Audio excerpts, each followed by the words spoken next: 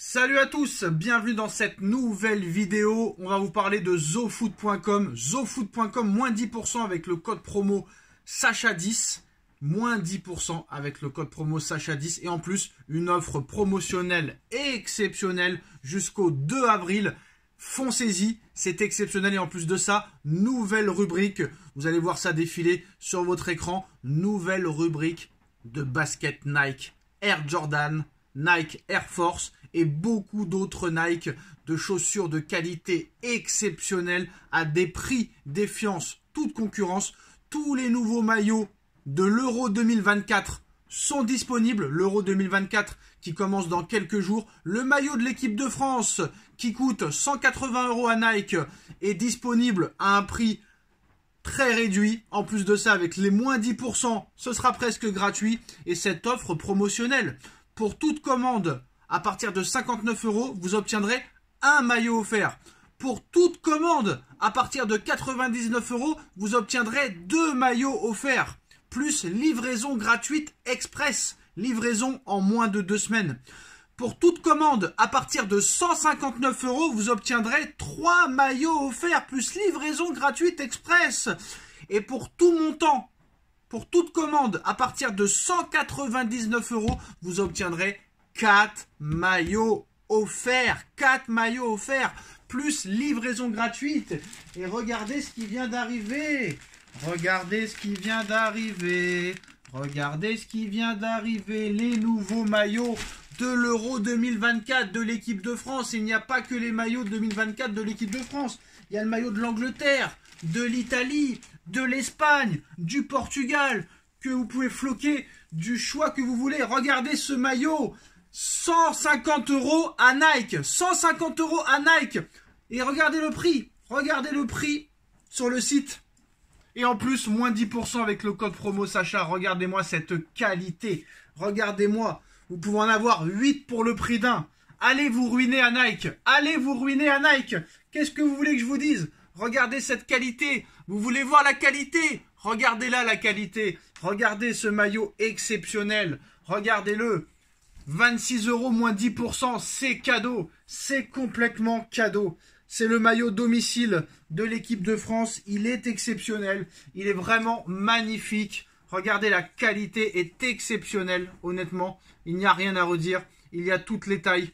Toutes les tailles sont disponibles, les enfants. Toutes les tailles sont disponibles. Ça, c'est le maillot bleu domicile. Exceptionnel. Vous pouvez les floquer du nom du joueur de votre choix et même votre propre prénom, votre propre numéro. Pas forcément le nom d'un joueur. Vous avez tous les maillots 2023-2024 de toutes vos équipes préférées. Les maillots de l'année prochaine vont bientôt aussi arriver. Et ça, c'est le maillot de l'équipe de France extérieur. Magnifique, les gars. Magnifico. Franchement, exceptionnel. Avec les 2 étoiles. Rien à redire. Qualité exceptionnelle. Flocage exceptionnel. Maillot exceptionnel. Donc franchement, vous n'avez pas le choix. Foncez-y. Foncez-y. Foncez-y, franchement, 26 €, 28 avec le flocage, plus les moins 10%, promotion exceptionnelle avec plein de maillots offerts par rapport à la commande de votre choix. N'hésitez pas, zofoot.com, moins 10% avec le code promo Sacha10. Et en plus de ça, offre promotionnelle exceptionnelle jusqu'au 2 avril. Foncez! Salut à tous, bienvenue dans cette nouvelle vidéo. Nono est avec nous. Salut Nono. Salut Sacha. Alors on va évoquer l'actualité mercato, ce match contre Lyon demain et d'autres choses. On va commencer par Milan Skriniar, Nono, qui devrait quitter le Paris Saint-Germain cet été. Le Paris Saint-Germain, ses dirigeants et Luis Enrique ne sont pas du tout satisfaits de la saison de Milan Skriniar. Le Paris Saint-Germain cherche un nouveau défenseur central pour la saison prochaine. Objectif, trouver un joueur capable de débuter les matchs les plus importants. Ce n'est pas le cas de Milan Skriniar. Skriniar qui est arrivé libre cet été, alors que le PSG aurait pu l'acheter 80 millions € juste un an avant. Donc ça, c'est la bonne nouvelle de ne pas avoir déboursé le moindre centime pour lui. Je sais ce que tu vas dire, Nono, le salaire est exorbitant. Mais combien tu peux en tirer cet été pour Milan Skriniar? Et est-ce que c'est justifié qu'il parte? Justifier qu'il parte, oui. On a vu le niveau calamiteux qu'il affichait. Bon, mais maintenant, combien tu peux en tirer de Skriniar point d'interrogation. Parce que quand même les recruteurs ils regardent et j'ai bien peur que après sa blessure, Skriniar soit complètement cramé. En tout cas, Nono, on peut dire quand même bravo à Campos de ne pas avoir déboursé 80 millions d'euros à l'été 2022 et 25 ou 30 millions d'euros à l'hiver 2023. Il a bien fait de rester sur ses positions. Hein. On va dire surtout qu'il a sauvé les meubles. Surtout parce que là, ça aurait été une catastrophe industrielle et économique. Hein. Ah, tout à fait. Alors, en ce qui concerne les autres infos, donc le Paris Saint-Germain cherche un défenseur central, voire deux, parce qu'on ne sait pas aussi quel sera l'avenir de Kipembe, de Marquinhos, un milieu de terrain et un attaquant.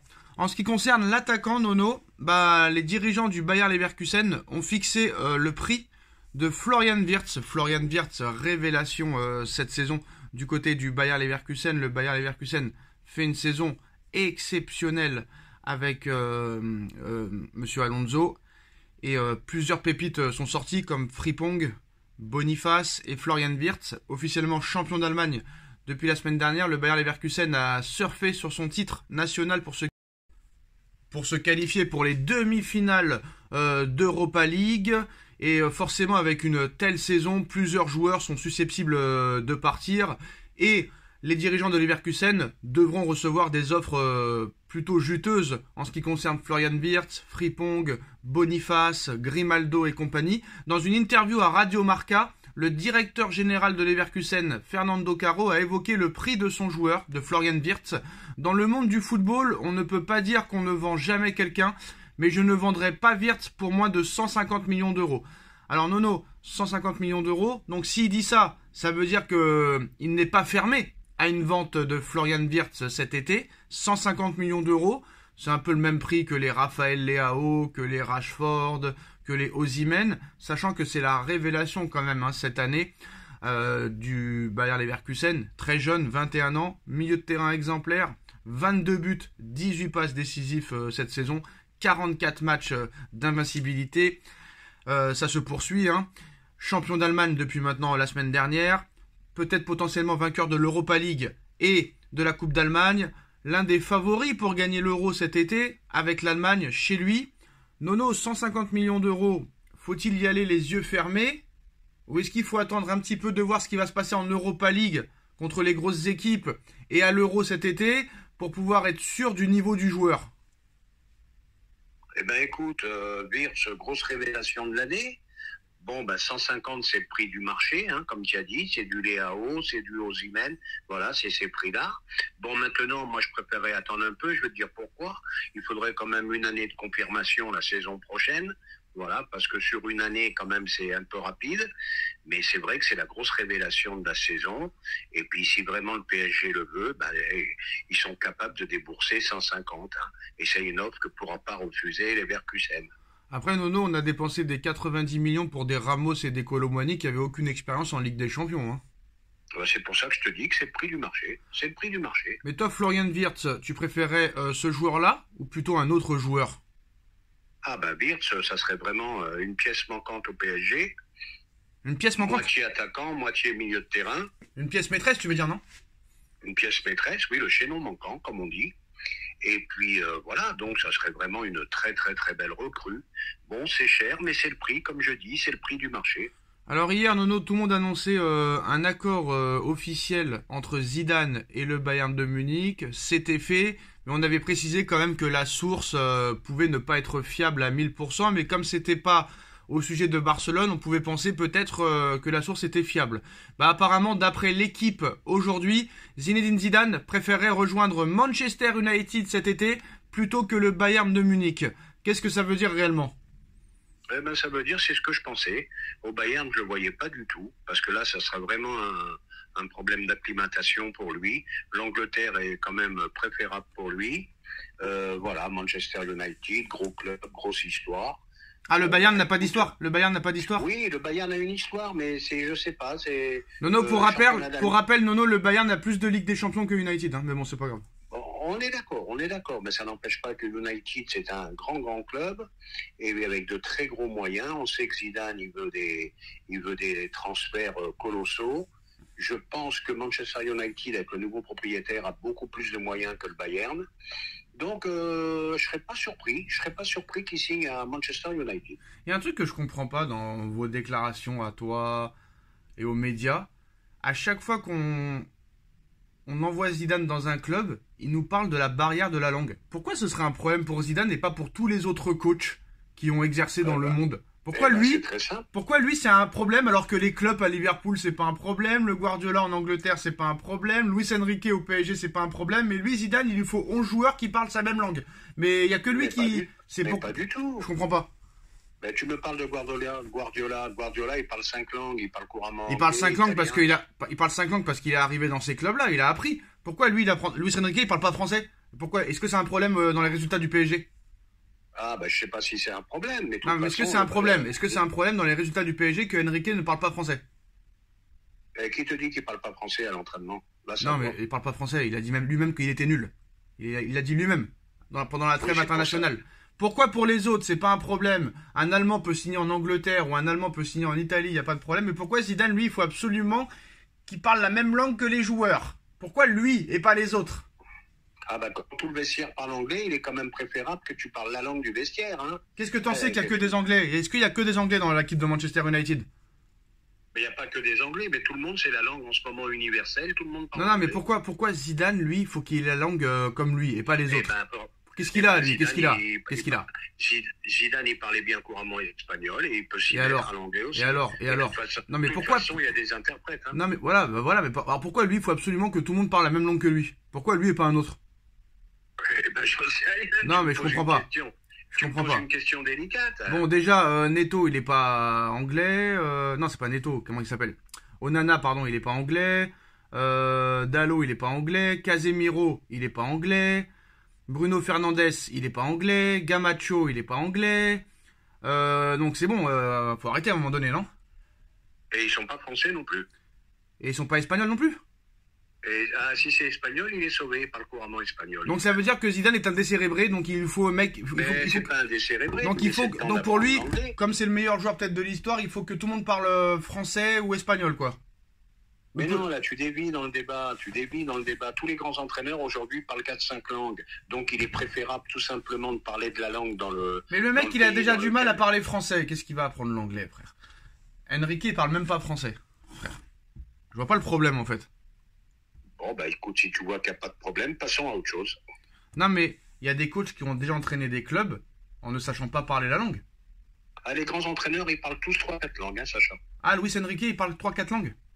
Oui, il parle italien couramment, il parle espagnol et il parle anglais. J'ai vu une interview en anglais. J'ai jamais Malheureusement. entendu parler italien, mais en tout cas il parle pas français. Mais en tout cas il parle pas français. Et il parle pas français. Donc en quoi c'est un problème dans les résultats du PSG? Ah, bah ça pose pas de problème pour l'instant. Je Donc suis pourquoi ça pose le problème pour Zidane? Ah, bah j'en sais rien. Laurent Sacha. Blanc, Laurent Blanc quand il est arrivé au PSG, qui c'est qui parlait français? Personne parlait français. Personne. Cavani parlait pas français, Zlatan il parlait pas français, Lucas il parlait un petit peu mais pas beaucoup. Il y a personne qui parlait français. Marquinhos venait d'arriver, Mota parlait pas français, Alex parlait pas français, Maxwell parlait pas français. Est-ce que ça a été un problème? Bon, ça n'a pas été un problème, mais le problème. Mais il est Zidane, pas là, comme le c'est problème. Zidane, non mais comme c'est Zidane, vous comprenez, il faut vraiment. Non, mais Zidane, de toute façon. Ah Zidane, bah oui, il est hein, faut pas toucher. Déjà, il est pas encore à Manchester United. Non mais c'est Zidane, n'importe quoi, c'est n'importe quoi. Zidane, il lui faut une équipe vraiment Non, mais très très solide. Zidane, avec il des lui faut grands une joueurs équipe. partout. Zidane, il lui faut une équipe à 500 milliards et que tout le monde parle anglais ou espagnol ou peut-être italien. Mais sinon le reste, hein. Bon, bah alors passons à un autre sujet. Alors. Voilà, c'est n'importe quoi. Mais bon, c'est infligeant. Alors le reste, ah oui, Luis Enrique, Nono qui annonce le quadruplé, Nono. Il a pas peur, Luis Lucho, alors que les autres se défieraient. Non, on reste pragmatique, chaque chose en son temps, match après match. Mais Luis Enrique n'a pas peur. Luis Enrique dévoile la solution, Nono, pour gagner le quadruplé. Est-ce que déjà toi, avant de parler d'Enrique, est-ce que tu crois au quadruplé? Et pourquoi pas? Et moi je dis, et pourquoi pas? Le championnat, on peut dire qu'il est quasiment bouclé. Trophée des champions, c'est fait. Le trophée des champions, c'est fait. En Champions League, t'es en demi-finale, donc ça peut se faire. Et en Coupe de France, t'es en demi-finale, ça peut se faire. Est-ce que tu crois en un Paris-Marseille, en un PSG-OM pour la Super Coupe d'Europe au mois d'août? Et ça aussi, c'est possible. Pourquoi c'est possible? Marseille a une chance aussi avec le calendrier. Liverpool est sorti, on ne sait pas pourquoi d'ailleurs. Alors, on sait pas pourquoi, bah moi je vais te le dire, là, parce que l'Atalanta était meilleure que Liverpool, Nono. C'est tout. Oui, non, mais de là à en prendre 3 chez soi, Eh ben alors, c'est quand même surprenant. ça Donc arrive. ils ont une chance, parce qu'ils ont plus de chance contre les Italiens qu'un Liverpool en pleine forme. Hein. Alors Luis Enrique, si on veut gagner la Ligue 1 le plus vite possible, non, il n'y a pas d'urgence. L'objectif a toujours été le même, gagner le championnat. Qu'on la gagne avant ou après, l'important c'est de rester compétitif. Sur Barcola, entrer dans une équipe comme le PSG est difficile. Après Newcastle au Parc, il a été critiqué. Rien de plus injuste et de plus éloigné de la réalité. Et là, il y a eu des matchs de très haut niveau. Mais ce n'est pas pour ça qu'il faut dire que du positif sur lui.